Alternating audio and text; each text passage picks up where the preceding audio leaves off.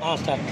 வணக்கம், நான் அருண்குமார், தலைமை ஒருங்கிணைப்பாளர், தமிழ்நாடு வியாபார சங்க பேரவை. இன்றைய தினம் எங்களுடைய பேரவையோட 51 கிளை இன்றைக்கி ஆரம்பிக்க இருக்கிறது.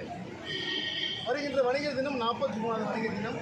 முதலாவது வணிகர் தினமே இங்கே ஆவடியில் கேப்பகோலா மைதானத்தில் நடந்தது. அதிலிருந்து இன்னைக்கு வரைக்கும் வணிக தினத்தை நடத்துகின்ற ஒரே அமைப்பு என்கின்ற ஒரு பெருமை எங்களுக்கு இருக்குது. வருகின்ற தேர்தல் மாதம், இது எல்லாருமே தெரியும், மே மாதம். ஆனால் அனைத்து அரசியல் கட்சிகளும் அனைத்து பிரிவுகளை பற்றி பேசினாலும் வணிகர்கள் பற்றி பேசுவதற்கு எந்த ஒரு அரசியல் கட்சியும் தயாராக இல்லை. அப்போ ஓட்டு வங்கி வணிகர்களுக்கு இல்லையோ அப்படின்ற ஒரு விஷயத்தை யோசிக்கிறாங்க. நம்ம வணிகர்களுக்கு எதிராக என்ன பண்ணாலும் அவர்கள் நமக்கு ஓட்டு போட்டுவார்கள் என்ற ஒரு விஷயம் இருக்குது.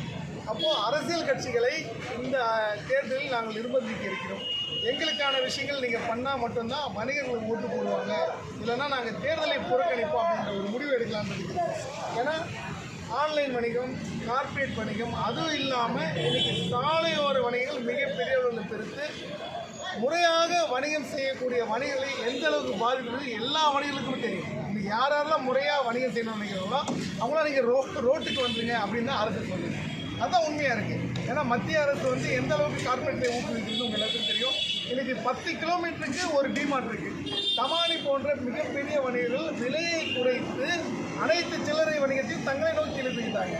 ஒரு காலத்தில் பணக்காரங்க மட்டும்தான் சூப்பர் மார்க்கெட் போவாங்க. ஆனால் இன்றைக்கி அப்படி இல்லை. ஒரு கூலி வேலை செய்கிறது கூட சூப்பர் மார்க்கெட்டுக்கு போகிறாங்க. என்ன காரணம்? விலை குறைப்பு. எதற்காக நாங்கள் ஆன்லைன் வணிகத்தை எதிர்த்தோம் கேட்டிங்கன்னா, ஜெஃப் பெசோஸ் போன்ற ஒரு மிகப்பெரிய கார்ப்பரேட் அதிகாரிகள் அமெரிக்காவை, இந்திய சந்தையை அமெரிக்காவை அடைக்க வைக்கிற அளவுக்கு பண்ணிட்டாங்க. ஏன்னா இன்றைக்கி ஒரு சின்ன ஒரு விஷயம் ஆன்லைனில் ஆர்டர் பண்ணேன். காரணம் விலை குறைப்பு மாயை. அப்போ மத்திய சர்க்கார் நாங்கள் என்ன சொன்னோன்னா, ஆன்லைன் வணிகத்துக்கு கொஞ்சம் சிறப்பு வரி போடுங்க அப்படின்னு சொன்னால் அது கேட்கறதுக்கு ஆள் இல்லை. சரி, தமிழ்நாட்டில் பாண்டிச்சேரியில் சேர்த்து 40 எம்பிக்களை வச்சிருக்கிற தமிழக அரசாவது வியாபாரிகளுக்கு கொடுக்கும் அப்படின்னு நாடாளுமன்றம் பார்த்தா அதுவும் இல்லை. இப்போது வருகின்ற தேர்தலில் வணிகர்களுக்காக தங்களுடைய மேனிஃபெஸ்டோவில், அதாவது தேர்தல் அறிக்கையில் குறைந்தபட்ச வாக்குறுதியை கொடுத்தால் மட்டும்தான் அவர்களுக்கு எங்களுடைய வாக்கு அப்படி என்கின்ற ஒரு விஷயத்தை நாங்கள் இருக்கிறோம். அதோட முதல் அறிவிப்பை இங்கே 51 நான் வெளியிடுறேன்.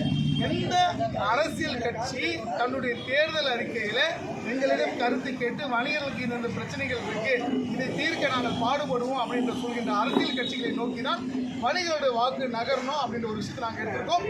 தமிழ்நாடு முழுக்க இது ஒரு மிகப்பெரிய விஷயமா இருக்கும். இல்லைன்னா ஒன்று நாங்கள் தேர்தலை புறக்கணிப்போம், இல்லைன்னா நோட்டோக்கு எங்களோட வாக்குகளை போடுவோம். வாழ்க சுதேசி வணிகம், வளர்க சுதேசி வணிகம்.